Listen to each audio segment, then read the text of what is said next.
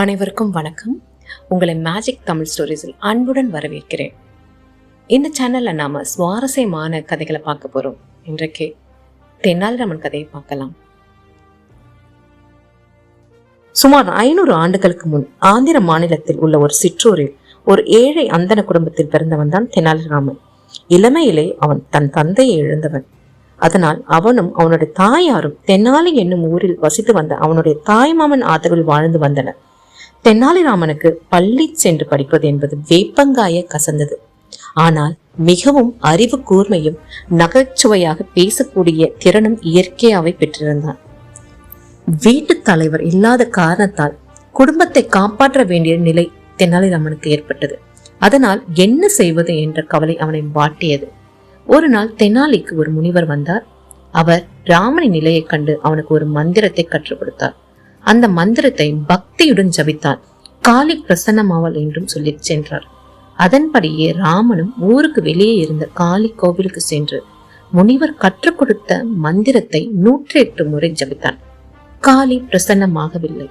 ராமன் யோசித்தான். சற்றென்று அவனுக்கு நினைவுக்கு வந்தது, முனிவர் சொன்னது 1008 முறை என்பது. உடனே மீண்டும் கண்களை மூடிக்கொண்டு காளியை ஜபிக்க தொடங்கினான். இரவும் வந்துவிட்டது. ஆனாலும் ராமன் காளி கோவிலை விட்டு அகலவில்லை. திடீரென்று காளி அவன் எதிரே தோன்றினாள். என்னை ஏன் அழைத்தாய்? உனக்கு என்ன வேண்டும் என்று கோபமாக கேட்டாள் காளி. அவளை வணங்கி எழுந்த ராமன் கைகளை குப்பிய தொழுதவாறே கேட்டான். தாயே, நானோ வறுமையில் வாடுகிறேன். என் வறுமை அகலும் வழியும் எனக்கு நல்லறிவும் தர வேண்டுகிறேன். காளி பெரிதாக சிரித்தாள். உனக்கு பேராசைதான். கல்வியும் வேண்டும், செல்வமும் வேண்டுமா? ஆம் தாயே, புகழடைய கல்வி வேண்டும், வறுமை நீங்க பொருள் வேண்டும், இரண்டையும் தந்து அருள் புரிய வேண்டும் என்றான் ராமன். காளி புன்னகையுடன் தன் 2 கைகளை நீட்டினாள். அதில் 2 கிண்ணங்கள் பாலுடன் வந்தன. அந்த கிண்ணங்களை ராமனிடம் தந்தாள் காளி. ராமா, இந்த 2 கிண்ணங்களிலும் உள்ள பால் மிகவும் விசேஷமானது. வலது கிண்ணம் கல்வி, இடது கிண்ணம் செல்வம். நீ ஒரு கிண்ணத்தில் உள்ள பாலை மட்டுமே குடிக்க வேண்டும். அது உனக்கு எது தேவையோ அந்த கிண்ணத்தின் பாலை மட்டும் குடி என்றாள் புன்னகையுடன். ராமன், என்ன தாயே, நான் 2ஐயும் தானே கேட்டேன், ஒரு கிண்ணத்தை மட்டும் அருந்து சொல்கிறாயே, நான் எதை அருந்து என்று தெரியவில்லையே என்று சற்று நேரம் சிந்திப்பது போல நின்றான். பிறகு சற்றென்று இடது கையில் இருந்த பாலை வலது கரத்தில் இருந்த கிண்ணத்தில் கொட்டினான். அந்த கிண்ணத்து பாலை மடமடவென்று குடித்துவிட்டு சிரித்தான். காளி திகைத்து நின்றாள். நான் உன்னை ஒரு கிண்ணத்தில் உள்ள பாலை மட்டும் தானே குடிக்க சொன்னேன். ஆம் தாயே, நானும் ஒரு கிண்ணத்து பாலை தானே குடித்தேன் என்றான். ஏன் 2ஐயும் ஒன்றாக கலந்தாய்? கலக்கக்கூடாது என்று நீங்கள் சொல்லவில்லையே தாயே என்றான். காளி புன்னகை புரிந்தாள். ராமா, என்னையே ஏமாற்றி விட்டாய். நீ பெரும் புலவன் என்று பெயர் பெறாமல் விகடவி என்றே பெயர் பெறுவாய் என்றும் வரம் தந்துவிட்டு மறைந்தாள். ராமன் விகடவி என்று சொல்லி பார்த்து சிரித்து கொண்டான். திருப்பி படித்தாலும் விகடவி என்றே வருகிறதே என்று மகிழ்ந்தான்.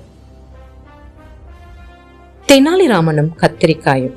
ஒரு முறை தெனாலிராமனுக்கு கத்திரிக்காய் சாப்பிட வேண்டும் என்ற அதீத விருப்பம் ஏற்பட்டது. அரண்மனை தோட்டத்தில் பிஞ்சு கத்திரிக்காய் அதிகமாக விளைந்திருப்பதை கேள்விப்பட்டார். ஆனால் அது அரசாங்கத்திற்கு சொந்தமானது. அதை நாம் பயன்படுத்தக்கூடாது. என்ன செய்வது?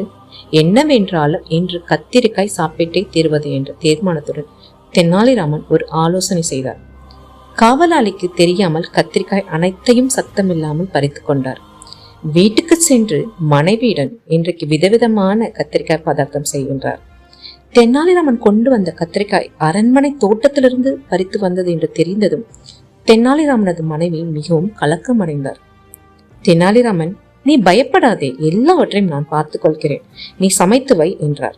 அவரது மனைவியும் மறுபேச்சில்லாமல் கத்திரிக்காய் குழம்பு, கத்திரிக்காய் கூட்டு என்று விதவிதமாக செய்து வைத்தார். இருவரும் சாப்பிட தயாரானார்கள். தெனாலிராமன் தனது மகனை எங்கே என்று கேட்டார். அவன் வெளித்திணையில் படுத்து உறங்கிக் கொண்டிருப்பதை மனைவி தெரிவித்தார். உடனே தெனாலிராமனுக்கு ஒரு யோசனை தோன்றியது. அவர் ஒரு குடம் நிறைய தண்ணீரை கொண்டு வந்து திண்ணையில் படுத்திருந்த தன் மகன் மீது ஊற்றினார். பதறி அடித்து எழுந்த மகனை பார்த்து, வெளியே மழை பெய்கிறது, உள்ளே போய் படுத்துக்கொள் என்று கூறினார். அரை தூக்கத்தில் இருந்த மகனும் அவர் சொன்னதை கேட்டவுடன் வேக வேகமா வீட்டுக்குள் சென்றான். படுத்துறங்க போனவனை தெனாலிராமன் எழுப்பி கத்திரிக்காய் சாப்பாடு ருசியா இருக்கிற, சாப்பிட்டுட்டு தூங்கு என்று கூறினான். அவனும் தூக்க கலக்கத்துடனே நன்றாக சாப்பிட்டான்.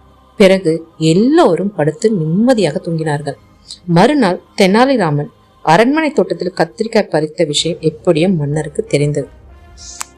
மன்னர் தெனாலிராமனை அழைத்து வர சொன்னார். நடக்க போவதை யூகித்து கொண்ட தெனாலிராமனும் மன்னர் முன் சென்று நின்றார். மன்னர் தெனாலிராமனை பார்த்து, தெனாலிராமா, அரண்மனை தோட்டத்தில் கத்திரிக்காய் எல்லாம் காணாமல் போனது உனக்கு தெரியுமா என்றார். தெனாலிராமனோ எதுவும் அறியாதது போல, என்ன, அரண்மனை தோட்டத்து கத்திரிக்காய் காணாமல் போனதா என்றார். மன்னரோ விடுவதா இல்லை. ஒன்றும் அறியாதது போல் கேட்கிறாய் ராமா, நீதான் கத்திரிக்காய் அனைத்தையும் பறித்ததாக நான் கேள்விப்பட்டேன், உண்மையை ஒத்துக்கொள் என்றார். தெனாலிராமனோ இல்லவே இல்லை என்று சாதித்தார். மன்னர் உடனே, தெனாலிராமா, நீ உனது மகனை அழைத்து வா. குழந்தைகள் பொய் சொல்லாது. நேற்று நீங்கள் என்ன சாப்பிட்டீர்கள் என்பதை நான் உன் மகனை விசாரித்து தெரிந்து கொள்கிறேன் என்றார். தெனாலிராமனது மகனை காவலாளிகள் அழைத்து வந்தார்கள். மன்னன் சிறுவனிடம் அன்பாக விசாரித்தார். தம்பி, நேற்று உங்கள் வீட்டில் என்ன சாப்பிட்டீர்கள்? உடனே சிறுவன் சொன்னான், கத்திரிக்காய் குழம்பு, கத்திரிக்காய் கூற்று மற்றும் சாதம் எல்லாம் சாப்பிட்டோம். மிகவும் ருசியாக இருந்தது. உடனே மன்னன் தெனாலிராமனை பார்த்து, இப்போது மாட்டிக்கொண்டாய தெனாலிராமா, இப்போதாவது உண்மை ஒத்துக்கொள் என்றார்.